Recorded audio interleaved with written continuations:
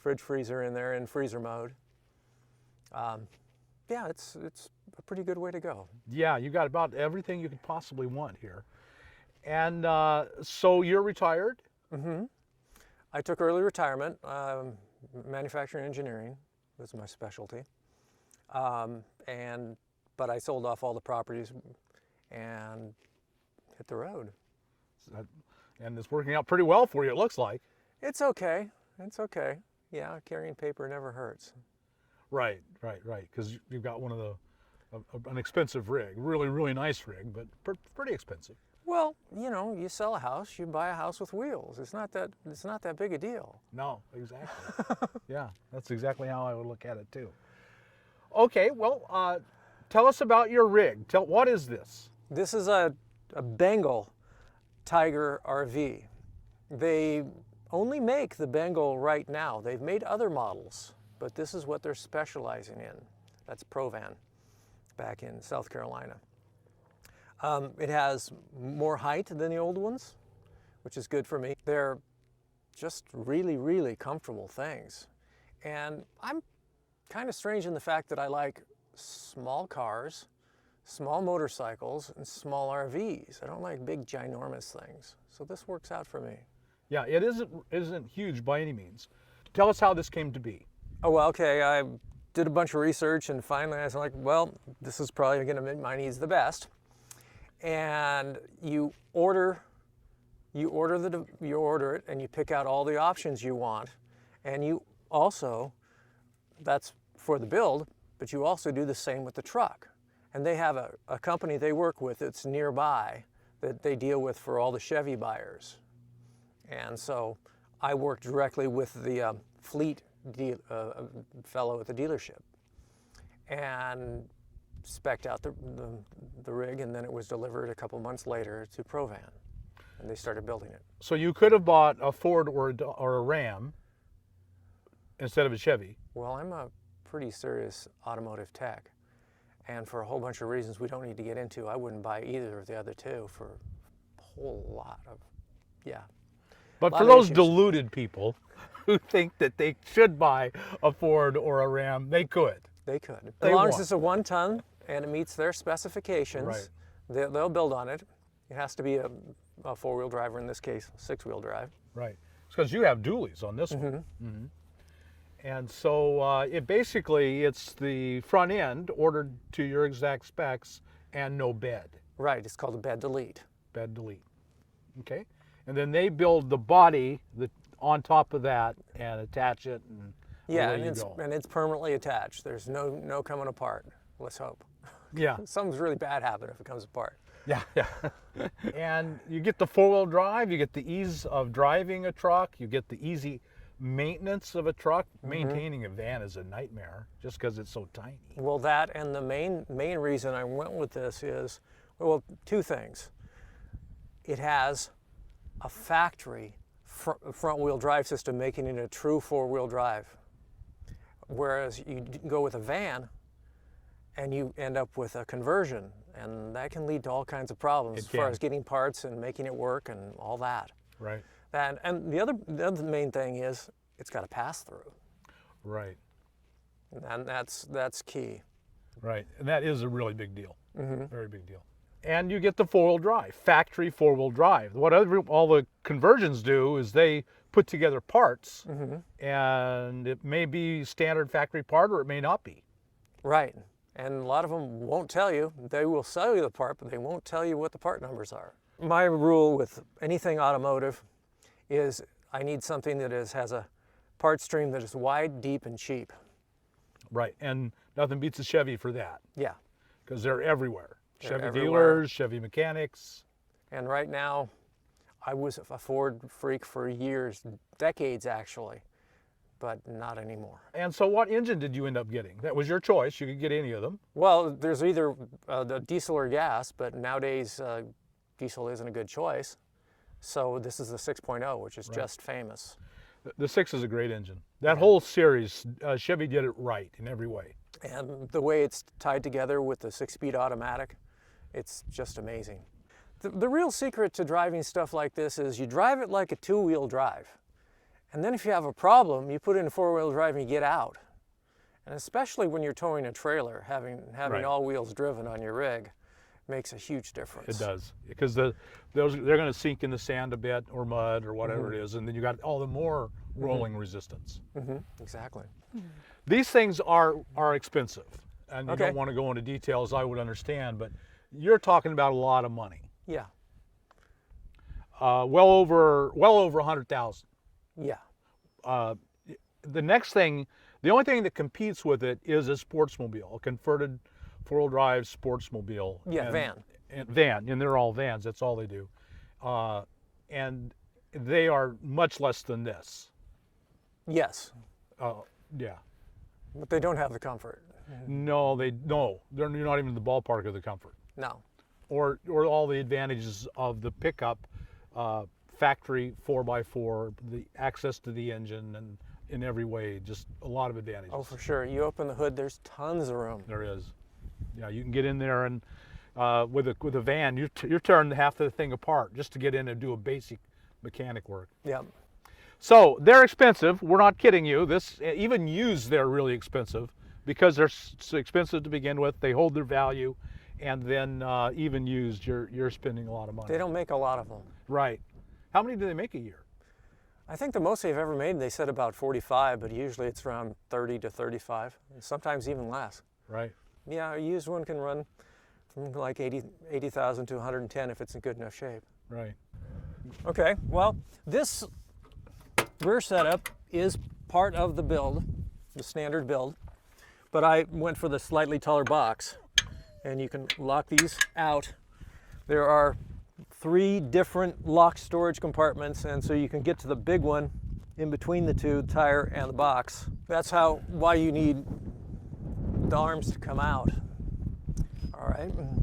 This is twice the height of your normal box, gives me a lot more storage room. This is something they normally do on a regular basis. People ask for propane to come off their propane tank for their barbecue or whatever else. I'm probably going to go with the Scotto grill, but that's another story. However, on the other side, something no one else had ever asked them to do is I had them put gasoline output for a generator or a motorcycle or whatever. I'm a huge fan of the angle fridges because they're incredibly reliable and very, very efficient, and there's no starting surge required. This one's 3 years old, and the one that's behind it, the passenger seat in the Tiger, is 13 years old, and I've had no problems with either one of them. Plus, you never have to send it back to, if you're handy at all, you never have to send it back to the factory. For example, let's say the main cooling system fails.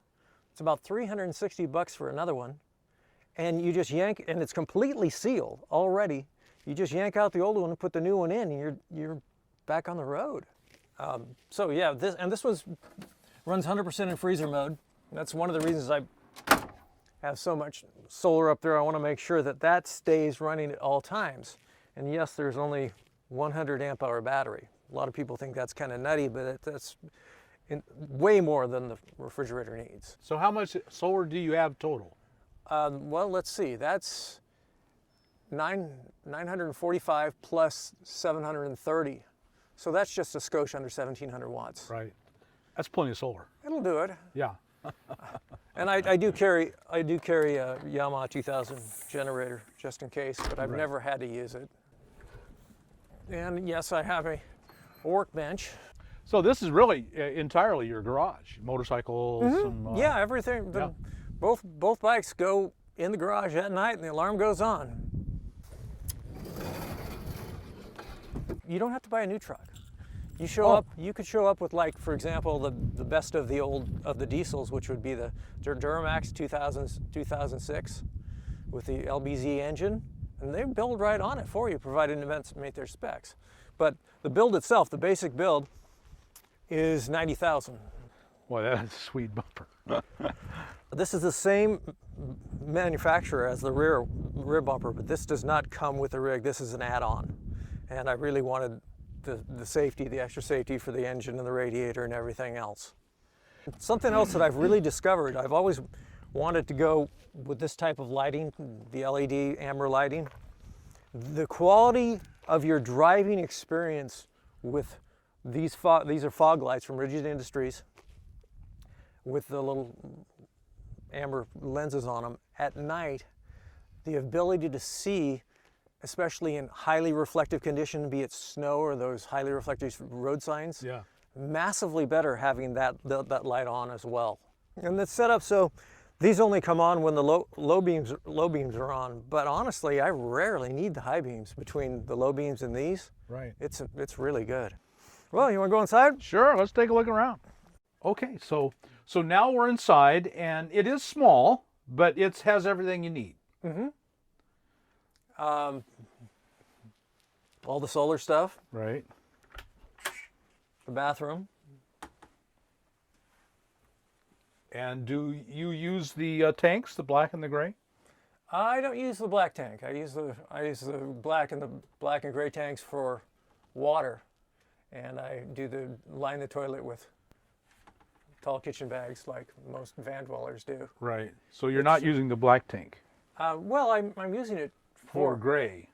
for gray, Right. and of course urine. But that's, Oh, you are using it for urine. Okay. yeah, but that's all. It's far more efficient that way and much cleaner. I had them do amber everywhere, but right there and another spot over there. I also had them do strip lights in amber here and here. I have both the water bright and the amber, so you can mix it for when you're prepping food. I upgraded to the stove. Normally it's just a 2-burner top, but stove and oven. So you cook fairly often. Yeah.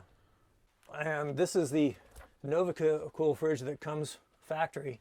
And what's kind of surprising about this, look how deep this thing is. This is how far I have to go back in there to touch the back of it. It's basically the length of my whole arm to elbow. That is a deep one, yeah. And it comes with Nice that. cutting board, yeah. Yeah. Really extends your work area. And I fit in here. And you're a tall guy. Yeah, with these shoes on, I'm 6'4", so I just make it. Yeah. But that's enough. Yeah. Double pane windows Oh, that is really important. that open in a way that you can have them open in the rain. No rain comes in. Normally, this would become a full-on bed to here for 2 people, but because of the large inverter, I can't do that. But I have quite a bit of storage. You can also access it this way. Oh, that is very nice. This is the Flory bed system. The mattress is pretty firm, but underneath, for airflow so it doesn't mildew or anything, and these are nice and soft. That's really unique. It is. Gives you a lot of yield, I would assume. It does. I've built a lot of beds out of foam, and I always get harder foam on top and softer on the bottom, so this is very similar to that. And this comes with the build. Not that I've ever pulled it out and used it yet. Television. But television, you can have it in, when you're in bed, or it'll come around the corner for when you're sitting here. And it's all the cabinets are all 100% maple. They're beautiful. Yeah. They're craftsmen. They really are. They're not something they just stuck in here. And the controls, I've got some controls here, and a little Jensen sound system that'll Bluetooth to my phone for my music. And then right here is the control for the Magnum inverter. It's the same exact controller that's on the Magnum inverter in the back, so you don't get confused trying to use different controllers. And just the standard other RV stuff. And how long can you stay out before you need to dump? Ooh, really long time. I could probably go a month. Because you're frugal. Yeah, I'm frugal. And it has pretty big tanks? 15 for black and I think 20 for gray. But You're using them both for gray. Yes, exactly. So that helps an awful lot. And there's a 31-gallon tank here. And if I'm going to go a long time, I'll have another 5 gallons. I always have a 5 gallons spare. Right. I really like the water filter system because the tanks can taste a little funny at times. Yes. So it has an onboard. All the water's filtered before it's used. Yeah, yeah, that works really well. Yes. And would even let you use water you found in an area. Say you're deep in the national forest, you could even use stream water. Carrying a Katadyn filter that delivers 2 liters a minute. Right. It pumps. It's got a ceramic filter, it's got a media filter, and it's also got carbon to take out chemical Anything. Yeah. pollutants as well.